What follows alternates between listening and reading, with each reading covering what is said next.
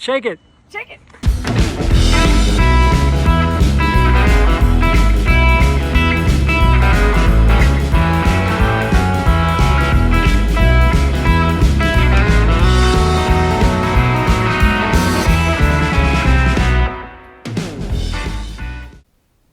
Recently, a friend of mine asked me to help him with his lighting setup. He works for a big sales company, and right now he's doing most of his work at home, online, doing conference calls, and he wanted to do more than just use a webcam and a little selfie light. He knows that not only is he selling his product, but he's also selling himself. So he wants to look really good. He wants to look really professional.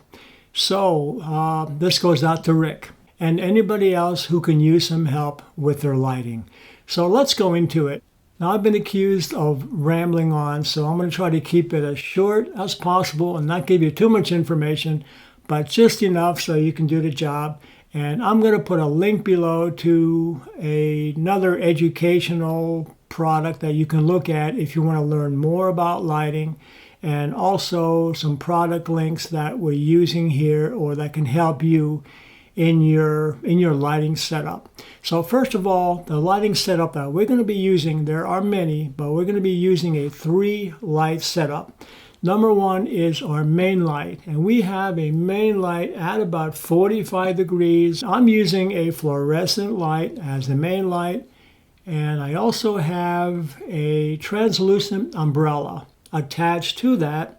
And of course, ours is on a light stand, and the umbrella just gives a nice soft touch, and I really like that. And in my particular room here that I'm using for a lot of my courses and video projects, we have white walls, so we get a nice bounce of light all around, and that can help you with a fill too. A fill light, that's going to be our second form of light. So that's our main light, and our main light, also called a key light, is going to be our primary source of illumination.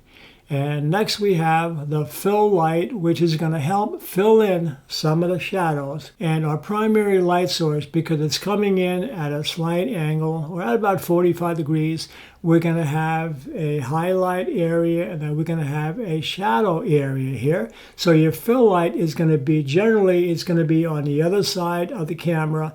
Just make sure that there's nothing in front of your fill light that's blocking the light. And that should be weaker, maybe about half the intensity of your main light. And it's going to fill in those dark shadows. It's going to make them a little bit brighter. But you don't want to overpower your main light, but just enough light to soften up those shadows. And the other light source that we're using is called an accent light. I also call it a kicker light. Sometimes it's called a rim light, but you can see it's above us, slightly off to the side, and it just gives a little bit of light. Actually, it should be a little bit stronger than your main light. And the neat thing about this is that you can adjust it so you can see what you're getting. So if you're making your adjustments and you think it's too much, you can just lower the intensity of the light. But what this does is separates the subject from the background, so you stand out more, and also gives some nice dimension to the face. So that's our 3-light setup that we're using here. And sometimes I break the rules. As you can see, I'm using 2 lights, a main light, and I'm using a fill light, and they are both fluorescent. And my kicker light, or the accent light, is actually an LED. Now you can adjust that if you want to with adding certain filters in front of your light, but it gives a little bit more of a bluer cast. So sometimes I like that. But so that's the situation on the lighting. So let's take a look at each light individual and see what it does. But I do want to mention before I go on, it's also very important, in addition to lighting, your sound quality should be the best that you can get. It doesn't have to be a super expensive microphone, but just make sure that the sound quality is on par with your lighting system, so you're looking really good. And just a little rant here.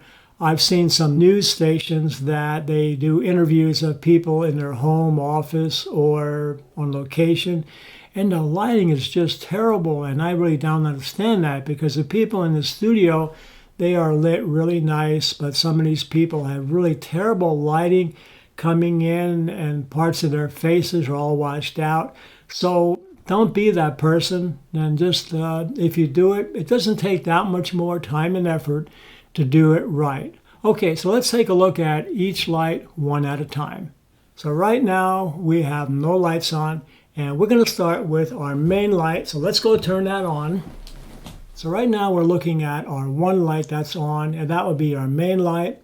Fluorescent light shot through about a 33-inch translucent umbrella. One light.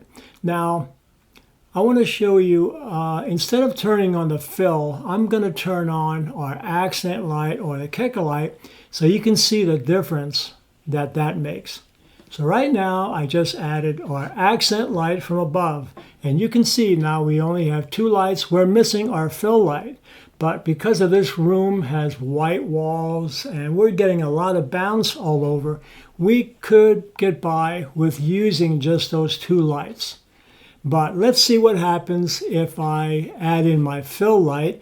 And remember, our fill light is a little bit weaker than our main light, and it's going to open up some of the shadows on this side over here. So watch what happens. So there it is. Now we have our fill light added, and as you can see, it softens up our shadows, opens up the shadows a little bit more than without it.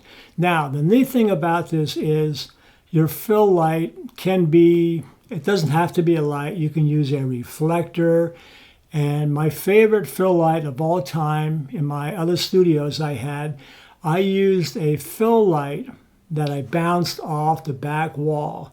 And that worked out so beautiful because if I was doing family groups or bridal portraits or kids, I didn't have to worry about always moving these lights around.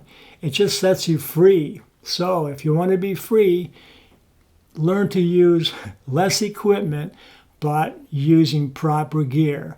Now, the neat thing about my fill light here is that I can actually get by without it because, as I mentioned, my white walls here, but this is just a desk lamp that I use sometimes, and it's a fluorescent light, and it has a lampshade over it, so that gives us a nice soft light source. So now you know a light source that you can use, that you can get great results when you're doing your video conferencing. You can also use this for doing portrait headshots. And many times I'll use an LED light. I just happen to have my fluorescent light hooked up, which I also use quite a bit. So once you learn certain lighting techniques and you learn how to see light, it really doesn't matter what type of light that you're using as long as you know how to use it.